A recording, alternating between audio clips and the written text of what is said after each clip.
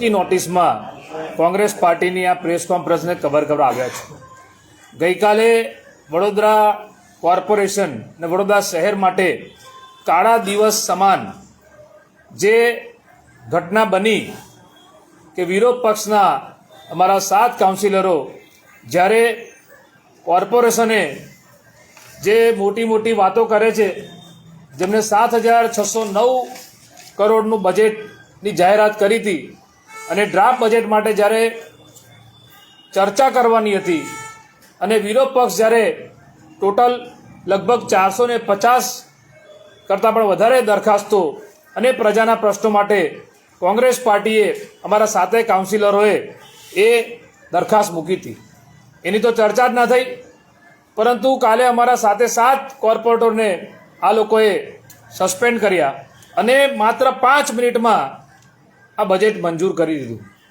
ગુજરાતીમાં કહેવત છે કે ટકેશેર ભાજીને ટકેશેર ખાજા, અંધેર નગરી ને ગંડુડે રાજા। શહેરના પ્રથમ નાગરિક છે મેયર, એ પોતાને રાજા સમજે છે।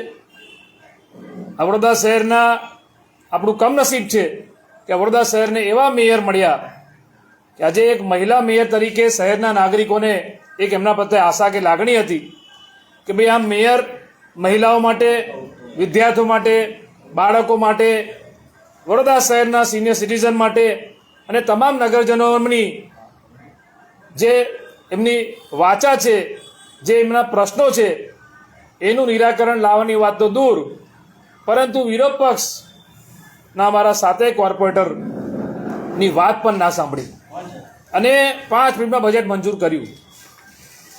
7,609.63 કરોડનું આ બજેટ આ લોકોએ મંજૂર કર્યું। આના છેલ્લા 5 વર્ષથી છેલ્લા 30 વર્ષમાં આ વડોદરા શહેરમાં ભાજપનું શાસન છે।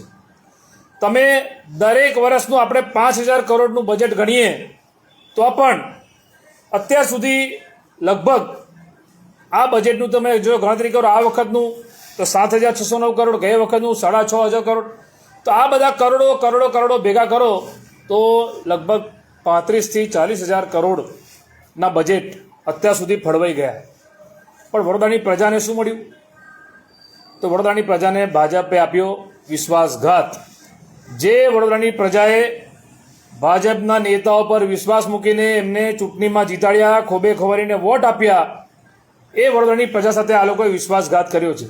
ગઈકાલે અમારા 7 કોર્પોરેટરને સસ્પેન્ડ નથી કર્યા, પરંતુ વડોદરાની પ્રજા વિરોધી નિર્ણય આ લોકો લીધો છે। માટે ગઈકાલના દિવસને કાળો દિવસ ગણાવું છું કે આ વડોદરાના ઇતિહાસમાં યાદ રાખવામાં આવશે કે આવી હિટલરશાહી ને તાનાશાહીવાળી ભાજપની કોર્પોરેશનની બોર્ડમાં બેઠેલા લોકો જે પ્રજાની વચ્ચે નથી હતા, પ્રજાના પ્રશ્નોનું નિરાકરણ નહીં કરે, પરંતુ જે સ્ટેન્ડિંગ કમિટીમાં આજે મલાઈ ખાનારા લોકો છે, જે માત્ર મીટિંગ ઇટિંગ ને ચીટિંગ કરે છે, કાલે કોર્પોરેશનની સભામાં પણ આ લોકોએ મીટિંગ ઇટિંગ અને ચીટિંગ કરીને કોંગ્રેસના 7 કાઉન્સિલરોને સસ્પેન્ડ કર્યા અને બોલવા દીધા નહીં। ત્યારબાદ અમારા બધા કાઉન્સિલરોએ પ્રેસ કોન્ફરન્સ કરીને આપણા માધ્યમથી પ્રજા વચ્ચે અમારો અવાજ પહોંચાડ્યો, પરંતુ આ ભ્રષ્ટ શાસકો જેને વડોદરા મહાનગર સેવા સદનની જગ્યાએ નામ આપ્યું છે વડોદરા મહાનગર મેવા સદન, અને આ લોકો સેવાના નામે મેવા ખાઈ ખાઈને આ વડોદરા શહેરને સ્માર્ટ સિટીના નામની વાતો કરીને શહેરને તો સ્માર્ટ ના બનાવ્યું, પરંતુ ભાજપના કેટલાક નેતાઓ સ્માર્ટ ભ્રષ્ટાચાર કરીને રાતોરાત જાણે અલાદીનના ચિરાગ હાથમાં આવી ગયા હોય એવી રીતે જેમના કોઈના ઠેકાણા નહોતા સ્કૂટર સાયકલના, એવા લોકો આજે લક્ઝરિયસ કાર ને કરોડોના બંગલા, આટલી બધી પ્રોપર્ટી, આટલી બધી મિલકત આટલા શોર્ટ ટાઈમમાં કેવી રીતે આવી? તો એ ભ્રષ્ટાચાર વગર આ બધું શક્ય નથી। એટલે ભારતીય જનતા પાર્ટીના શાસનમાં આ વડોદરા શહેરમાં માત્ર ભ્રષ્ટાચાર થયો છે। આજે જો તમને મુખ્ય મુદ્દાઓ ગણાવું તો આ ભાજપના એવા નેતાઓ છે કે જે વડોદરાની પ્રજા ટેક્સ ભરે છે, પરસાણ રૂપે ટેક્સ આપે છે, વેરો આપે છે, એ વડોદરાની પ્રજાને 2 ટાઈમ પીવાનું ચોખ્ખું પાણી નથી આપી શકતા એવા આ ભાજપના નેતાઓ છે। સારા રોડ રસ્તા નથી આપી શકતા એવા ભાજપના નેતાઓ છે। જે રોડ રસ્તાના નામે ભ્રષ્ટાચાર, વડોદરાને નામ આપ્યું ખાડોદરા, મહારાજા સયાજીરાવ ગાયકવાડની વડોદરા શહેર એને નામ ખાડોદરા કોને પાપે મળ્યું? તો ભાજપના પાપે મળ્યું. રોડ રસ્તામાં ભ્રષ્ટાચાર, એમના મળતિયાઓ કમિશન લે. આજે તમે જુઓ કે જે કોન્ટ્રાક્ટ અને જે સબ કોન્ટ્રાક્ટમાં મોટા ભાગે તમે કોઈ પણ કામ જોઈ લો, પેવર બ્લોકનું કામ હોય, રોડ રસ્તાનું કામ હોય, ડ્રેનેજનું, વરસાદી કાંસનું, પાણીની લાઇનનું કામ હોય, આ બધા કામમાં પ્રત્યક્ષ કે પરોક્ષ રીતે તમને એની અંદર ભાજપના મળતિયાઓ જોવા મળશે કે જે પ્રત્યક્ષ ને પરોક્ષ રીતે એમના પક્ષ સાથે સંકળાયેલા છે.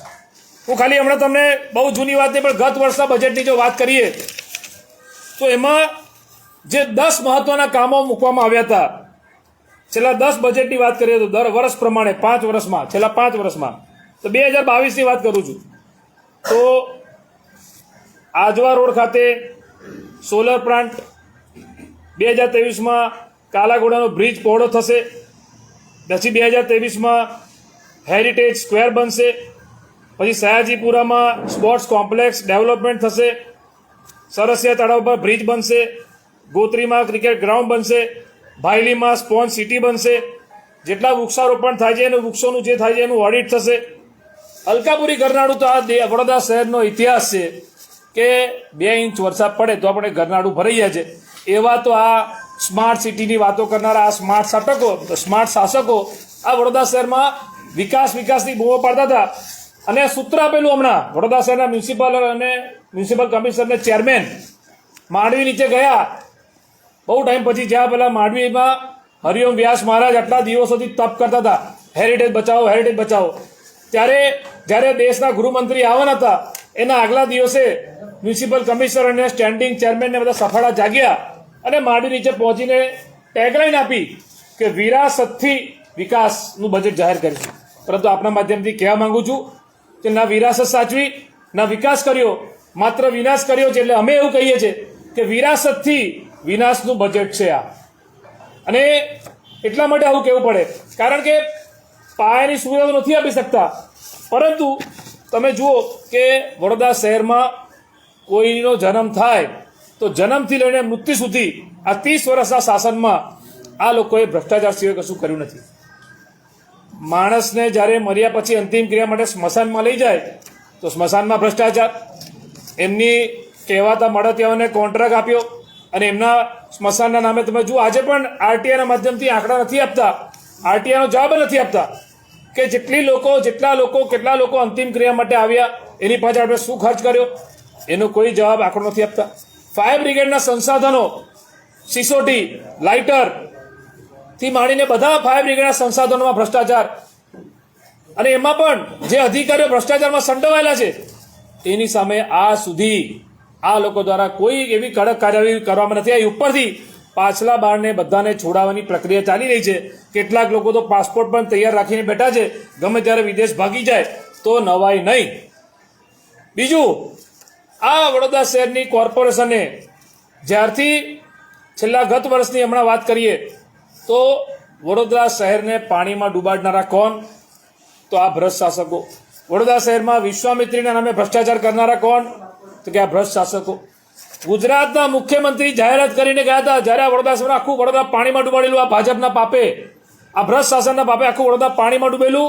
મારી માતાઓ, બહેનો, નાના ભૂલકાઓ 4 દિવસ ભૂખ્યા તરસ્યા રહ્યા હતા. વડીલોને, સિનિયર સિટીઝનોને પીવાનું પાણી ના મળે અને એ 4 દિવસ જે આખું વડોદરા પાણીમાં ડૂબ્યું આ લોકોના પાપે. ત્યારે ગુજરાતના મુખ્યમંત્રી અને એમના જે ગૃહમંત્રી બધા આવીને 1200 કરોડ વિશ્વામિત્રીમાં જાહેરાત કરીને ગયા અને એ 1200 કરોડમાંથી કેટલા વપરાયા? તો આ લોકોએ એમાં લખ્યું છે કે 194 કરોડ. તો શું આ વિશ્વામિત્રીમાં હું આપને પૂછવા માંગુ છું, આપણા મધ્યથી વડોદરાની પ્રજાને પૂછવા માંગુ છું કે આ વિશ્વામિત્રી નદીમાં શું 194 કરોડનું કામ થયું છે? અને એમાં એવું કહે છે કે હજુ એમાં 80 કરોડનું કામ, તો 80 કરોડ નહીં, 5 કરોડનું પણ કામ નથી થયું.